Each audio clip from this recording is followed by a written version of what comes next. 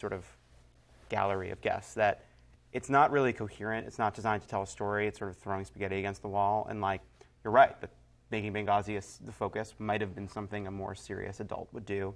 But instead it's that person, Sarah Palin, Barack Obama's half-brother. Those are just the amuse-bouche, apparently. Those are just the people that we've heard of so Those far. are the intermezzos. So we don't even know what the second and third course. We don't even know what we're going to use our salad fork for at this point.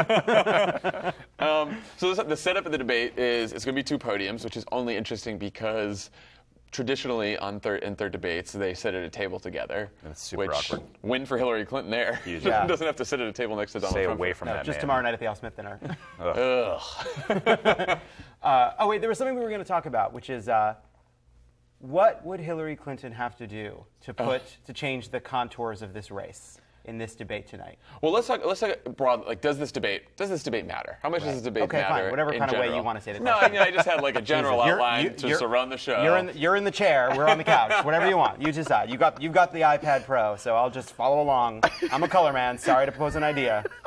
I'll just sit here and ask questions. Pet your therapy dog. Oh, sorry. Hey, pundit. Does this debate matter? How much it matters? I mean, I guess think it's gradation here. Obviously. when you talk about, like, Al Gore was down 3 in national polls before that election, and then he won the popular vote and it was tied. So when you talk about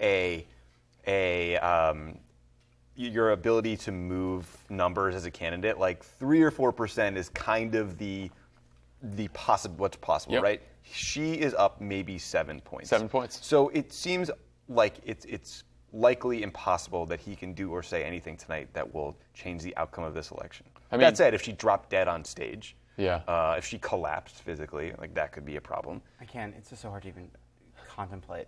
I don't know. They said, by the way, that they were practicing attacks on her health for this debate. Great. Chris Christie was helping him prep for that. Chris Christie attacks on soone's health. My God. Chris The Christie. stress alone from his month. Chris Christie That soon is to be not- fitted for an orange jumpsuit. Man. An orange jumpsuit. You have to make that from. I'm not doing it. Yeah, don't do that. We don't need to go there. Well, From great fabrics. From comfortable fabrics. we know on third debates that viewership is down. Usually on third debates, not on this live stream, of course. Live stream's only growing. About 2 million people have already voted. Right. So that happened. A lot of people have made up their minds already. There's a higher number of undecided voters in 2016 right now than there were in 2012. So I guess you have that. Or people Say that they're don't undecided have to a preference, pollsters. don't say their preference, Right. or aren't ready to admit their Undecided voter is a really broad way to describe Dog. someone that just tells you that they don't want to tell you who they're voting for, right? I mean, I think a lot of the movement in the polling has been people that are probably going to vote for Hillary, but at some point along the way didn't feel like saying that to whoever called them. Yeah. I mean, apparently, for third debates, all but one saw a shift of about 1 percentage point or less after the debate. Average shift has been only 1.5 percentage points, compared with 2.1 points for second debates and 2.6 points for first debates. I zoomed out. I know you're zoomed bored out, about math but, because you're the only math major here. Mm-hmm. But it's also just incredible to think of what kind of gaffes and events moved previous debates. Yep. Like George H.W. Bush checking his watch. Right. Mitt Romney mischaracterizing a quote. Like, my God. We've gone far beyond that right now. Yeah, we are through the looking glass. The thing that really spun out of the last debate was Mitt Romney kept agreeing with Obama. I'm sorry, in the in third the third debate. debate in 2012. I don't even remember it. No one does. I watched I a vlogged YouTube it. of it. But he kept being like, well, like the president said, I agree with you here. I mean, Obama kept hitting him on, like, him saying we shouldn't move heaven and earth to get bin Laden and all sorts of things. What was the debate where he's like, hey, you never heard of submarines? That was the third debate. That's what we It was a remember. foreign That was the policy only debate. thing from the third debate. So What it was about the submarines? third debate was foreign policy in 2012. By that point, Obama had regained the lead after he was in the first debate. He won the second debate. So we go into the third debate. Right. It's foreign policy. It's pretty boring. There was the what was the submarines? No, there was bayonets. Bayonets. Oh, bayonets. Romney kept trotting out this line Yeah. saying we have fewer ships now in the Navy than we used to. And he's Right. like, yes, we also have fewer horses and bayonets because the threat has changed and the nature of our armed forces We all has cheered in the changed. back room when That's he a did good it. example of an analogy that helps you understand. As Yeah. opposed to a lot of the analogies you see that are just terrible. like has Trump staunched the bleeding? You know. But it's That doesn't interesting need because the Romney calculation there was we're losing to Obama. The issue that we can, maybe beat him on is the economy. So in the foreign policy debate, let's agree with him mostly and try to find areas that's going to help us. Yep. There was a strategy compared to the Trump team, which has now decided They have stopped trying to win, basically, or persuade voters. They are just trying to depress Democratic turnout They're now. also So they are going advertising- to just light her on fire, this Right. debate. I mean, they're also advertising their Facebook live feed because they're building a brand outside of the cable networks. They're advertising their Facebook Are you live talking feed. about us?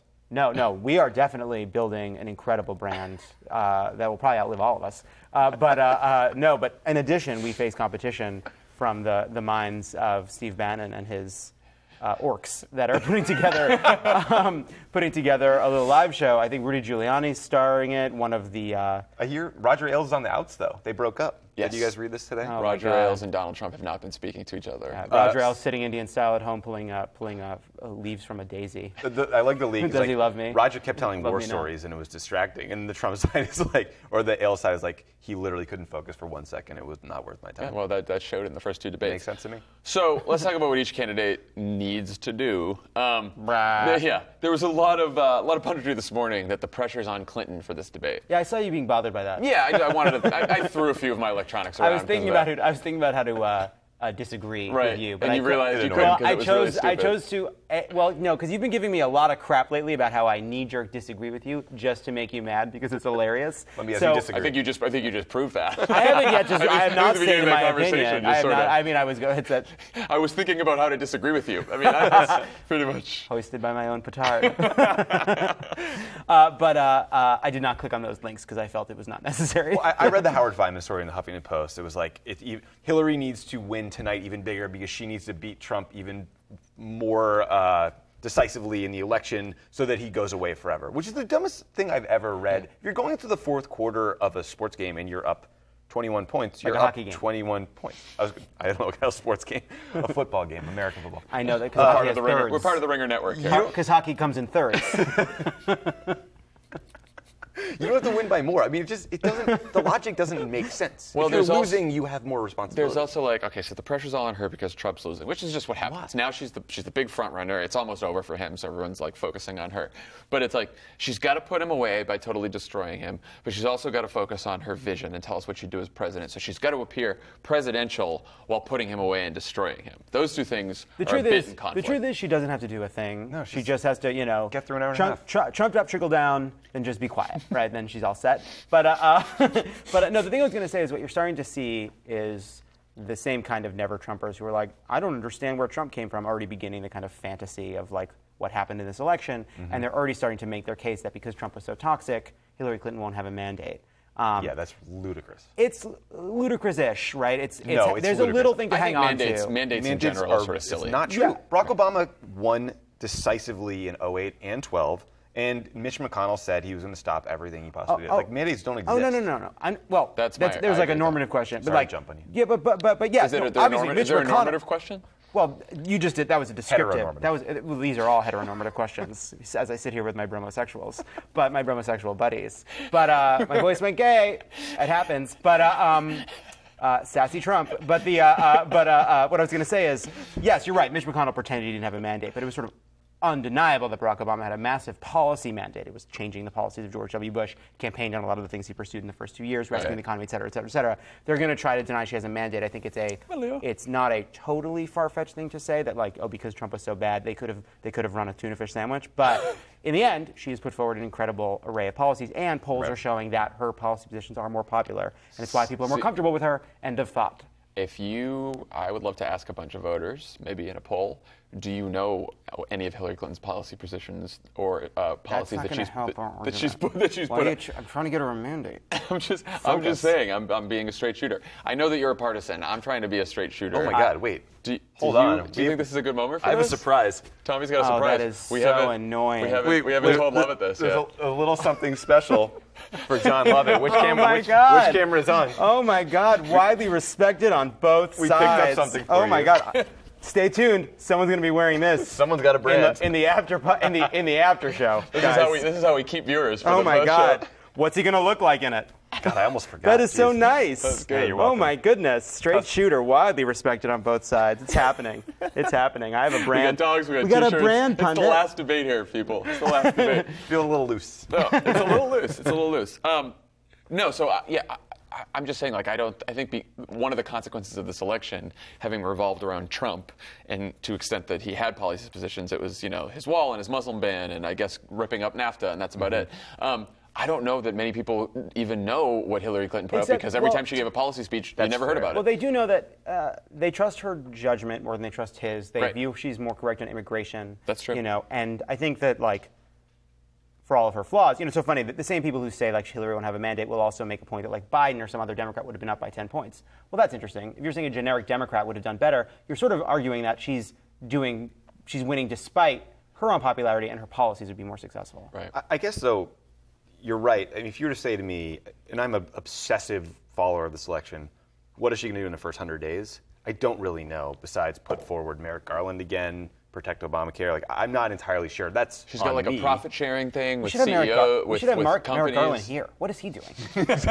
Merrick Garland, come on in. Special guest. I think she's got Bernie's college plan that she's adopted. I think maybe she's proposed a public option for Obamacare, for the Affordable Care Act. Okay. I'm trying to actually do some policies. Why not, right? No, you're right. Yeah. She's going to fix all the international problems. It's ISIS is going to be gone. Yeah, she's got a three-point plan to fight ISIS. Those are the topics tonight, right? Donald Trump has spent his whole life believing that the world revolved around him. And for 6 glorious months, it was true. It was true. So now, how do we think this is going to be judged tonight? Because I want to get into that a little bit. Because there's all this pressures on Hillary, and because we've had a couple weeks where, first of all, we should talk about Trump's couple weeks before since the last debate, been accused of sexual assault by about 15 women, called them ugly, said they were liars, insinuated Hillary Clinton was ugly, that she's on drugs, said that the election is rigged. There's quite a few things he said. Which I definitely think he got the idea of when he opened his medicine cabinet and took whatever, Gawker claims is the speed he takes every night. Not that allegedly. Allegedly.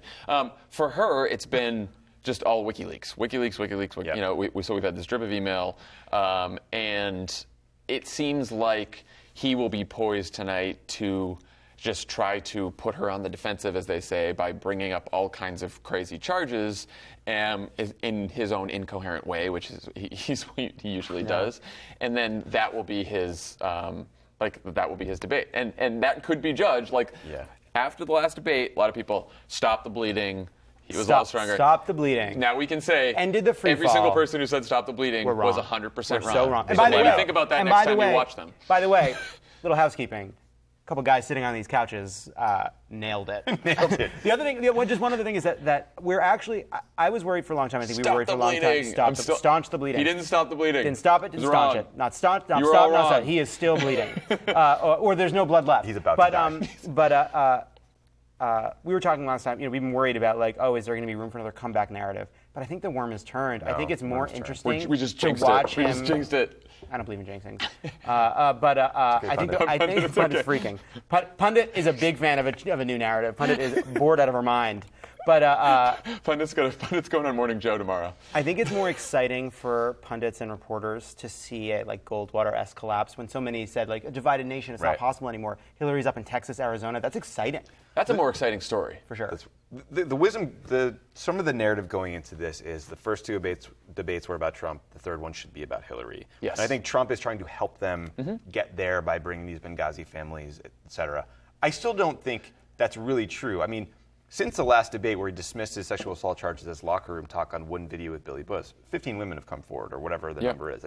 He has a lot to answer for. And it'll be interesting to see how much Chris Wallace makes this about him versus her, because he's got a lot of control here. And the list of topics they're supposed to discuss also includes fitness to be president. So there's a lot of wiggle room for him to talk about whatever he wants. He's in order, by the way, because it's immigration, Supreme Court, economy, foreign policy, debt, fitness to be president. Saving fitness to be president until the end would be. It is. But maybe they don't do it in order. I think ridiculous that we are going to have this immigration conversation again. We're good. We have had the immigration question. It is the most overcovered issue. We know where you stand. No, we don't know where he will try. He has tried to move his position a million different times. He doesn't have a position. He doesn't. No, I know you know that, but I'm just saying it doesn't make it. We don't need Donald Trump to vamp on immigration yet one other time. I'm done it in 20 debates. What do we think about Chris Wallace? Where do we think about how this is going to go? Registered Democrat Chris Wallace. He's a real reporter. I think he's very good at his job. He asks tough questions. Yeah. He does news. there was this long New York Times article that was about how awful a year Fox has had. How this, Yeah. the fact that Fox News, I weep for them. I wait for them. Fox News has Say a never, little prayer. Play Fox my News violin. Fox has never had someone host a debate, so this is a big moment for them in an otherwise awful year, all of their own creation. It will. I do think he is under a lot of pressure, internally, externally, from his media friends, from Brit Hume and the gang who defended Roger Ailes. So you're worried about peer pressure? Press her, absolutely, to push her really hard on WikiLeaks and the emails and this bullshit FBI report that there was a quid pro quo on classification. Like, there's all this churn that if you look into it, there's nothing actually there. Do we think she can get away on WikiLeaks with saying, these are hacks from the Russians, and I'm not answering these questions, or we're not going to comment on them, which is what our favorite Republican Marco Rubio actually said today. I was very surprised. I'm going to compliment Marco Rubio for that answer. Marco Rubio's got his finger in the wind. He's looking at poll numbers and sees that Trump is collapsing in Florida, and he knows he needs people who are going to vote for Hillary, and he can't do anything that's nice about Hillary, so he has to look for the one place where he can find some wiggle room. Right. But what a great moment it would be if the country, if Republicans and Democrats came together and said, when a foreign government hacks our emails, neither side's going to comment on them. Wouldn't that be nice? Yeah, I mean, we've been yelling at each other about this for a long time. Over there. Yeah, I mean, it's fine. Like, it's funny. Marco Rubio did that in an interview, and then they blasted out a statement of the interview that said, attributable to Marco Rubio. Here is his wonderful comments on WikiLeaks. So they think it's a little So there's planned. a move. What does he call him? Marcus Rubinstein. Well, actually, it was annoying because he finally came out of the witness protection program to talk to John Carl and do this little move of his. And then he went back into his 6 more weeks of winter. Yes. into his Rubio hole. Did he tweeted a photo of himself rolling cigars at a factory in a suit and tie? It was just this absurd campaign stuff. So let's get back to the question that I interrupted you on way back when. What could, because someone tweeted this yesterday, is there anything Hillary Clinton could do in this debate that would not lose her the debate, but lose her the election? Blake Hounshell. That's right, to Politico. I think barring silly things, no.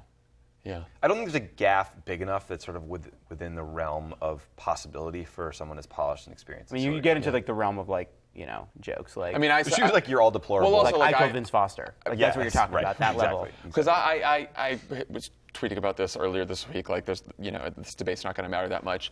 And Halpern tweeted back. He's like, "Oh, did you guys think this debate wasn't going to change anything?" And he linked to a story about the debate in 2007 where, remember, Hillary Clinton was leading in the primaries, and then she got a question about driver's licenses for immigrants. That was a huge moment. She blew it. And Chris Dodd pounced on her. Isn't that funny? Chris Dodd was running for president. Chris Dodd. And then everyone did. And from then on, she that was the beginning of the unraveling for Hillary Clinton. Right. Well, and the question is whether I just don't know if we're so far past something like that.